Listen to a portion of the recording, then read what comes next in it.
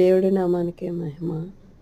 ఈరోజు కృప సమాధానం గురించి ఎక్కువ మాట్లాడుకుందాం. మనం లేని వాటికి ఆశపడకుండా దేవుడు మనకు ఏమిచ్చాడో దాంట్లో సమాధానంగా జీవించడానికి ముందుకు పోవాలి. అన్యుల్లాగా వాళ్ళకుంది మనకు లేదు అని వాళ్ళు ఈ లోకస్తులు, వాళ్ళు సైతాన్ వశంలో ఉన్నారు. మనం దేవుడికి సంబంధించిన వాళ్ళం. పరలోక రాజ్యం, మన రాజ్యం ఇక్కడ లేదు.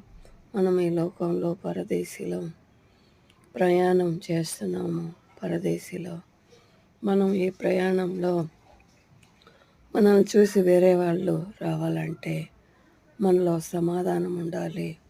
శరీర గుణాల వల్ల బాడీను పాడు చేసుకుంటారు లోకస్తులు. కోపం, అసూయ, ద్వేషం ఇవన్నీ మనిషిని అల్సరు, ఒత్తిడి పుట్టించి హార్ట్ అటాక్ ఇవన్నీ వచ్చే కారణం శరీర గుణాలు కోపం వల్లనే, ఒత్తిడి వల్లనే వచ్చేది. కాబట్టి మనం సమాధానకర్తకి బిడ్డలం. కాబట్టి మనం ఏ పరిస్థితి వచ్చినా సమాధానంగా ఉండేకి మన మనసును దేవుడి వాక్యంతో నింపుకొని ఈ లోకంలో జీవిద్దాం. దేవుడికి మాత్రం మహిమ.